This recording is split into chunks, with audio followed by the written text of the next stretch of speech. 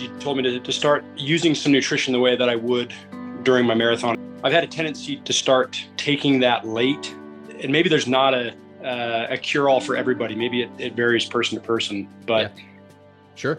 The thing that varies from person to person is how much you can take in, but I'll tell you that if you can take it in without distress to your anywhere gastrointestinally, then you should. So the more you can take in, the better, provided that you avoid throwing up or diarrhea or sloshing or something like that. So there's certain things you can do before the race, like stop eating at least 2 hours before the gun goes off.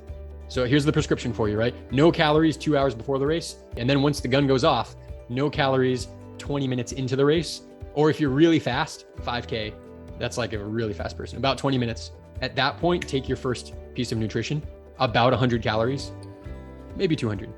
And then take calories as often as you can, as early as you can.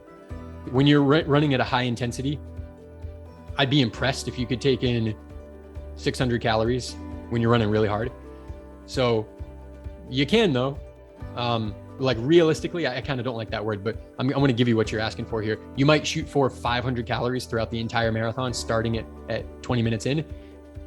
And if you can get all those 500 in before mile like 21, you're looking pretty good. And the reason is because if you're hungry and you're bonking later in the race, you should definitely take some calories. But the reason I say it's kind of the haze in the barn is because when your body's really hurting like that, you're taking all of your blood and all your energy and giving it to your legs and giving it to your heart and lungs and everything.